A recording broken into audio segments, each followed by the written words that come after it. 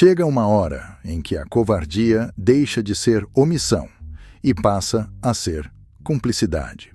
Foi exatamente isso que enxerguei quando resolvi escancarar, sem meias palavras, a verdade por trás do programa Mais Médicos, criado com pompa pelos governos do PT e vendido ao povo brasileiro como uma revolução humanitária. Na prática, o que Lula, Dilma e seus companheiros comunistas implantaram foi um esquema grotesco de escravidão disfarçada, em que médicos cubanos eram tratados como propriedade do regime, arrancados de seus lares, enviados ao Brasil como mercadoria diplomática e tinham até 70% do salário confiscado pelo governo ditatorial da ilha, com a bênção entusiasmada do Palácio do Planalto. Quando o PT chama isso de solidariedade internacional, eu chamo pelo nome correto: tráfico humano, financiado, com dinheiro público brasileiro. Se o povo soubesse como esse circo macabro funcionava nos bastidores, teria derrubado esse projeto no primeiro dia. Os cubanos chegavam ao Brasil sem contrato direto com o Ministério da Saúde. Eram alugados a partir de um acordo nebuloso entre a ditadura castrista e o PT. Oficialmente, o salário de cada médico ultrapassava R$11 mil.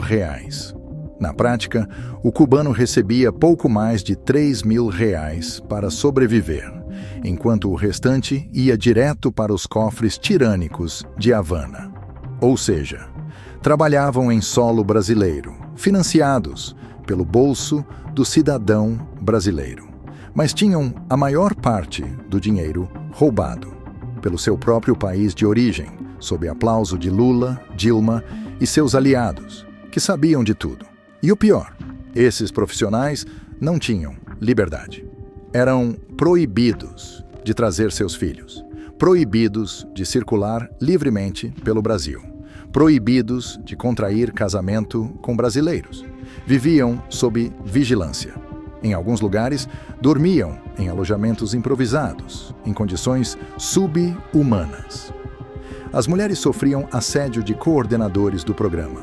Médicos que tentavam denunciar abusos eram ameaçados de ser deportados. Médicos que cogitavam abandonar o programa eram declarados desertores e tinham suas famílias punidas em Cuba. Isso não é programa de saúde nem política social. Isso é servidão. É desumanidade institucionalizada, transformada em bandeira vermelha, tremulando no mastro da hipocrisia petista. E mesmo diante de tudo isso, o PT batia no peito e dizia: estamos salvando vidas. Salvando? Eles estavam lucrando com a miséria alheia. Era um negócio bilionário. O Brasil transferia milhões de dólares por mês para Cuba. Parte desse dinheiro financiava a propaganda do regime. Parte voltava ao PT, via acordos, ONGs e consultorias ideológicas. E enquanto o sistema sorria, médicos cubanos choravam em silêncio. Alguns procuravam desesperados asilo político. Outros desapareceram no interior do Brasil tentando fugir das garras do sistema. Houve quem tivesse seus passaportes confiscados. Houve quem fosse surrupiado, até no direito básico de guardar o próprio salário. Em qualquer país sério do mundo, isso seria crime contra os direitos humanos. Por isso digo, sem pedir licença e sem temer etiqueta. Os responsáveis por isso precisam ser punidos.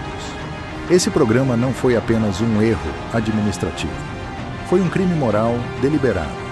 Lula, Dilma, ministros da Saúde, como Alexandre Padilha, José Gomes Temporão e outros figurões do PT, devem explicações. Têm sangue ideológico nas mãos. Tornaram o Brasil cúmplice de uma cadeia internacional de exploração humana.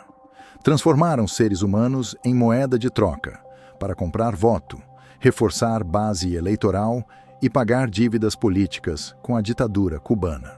Hoje, o PT posa novamente de defensor dos pobres e oprimidos. mas esquece que escravizou milhares em nome de um projeto de poder.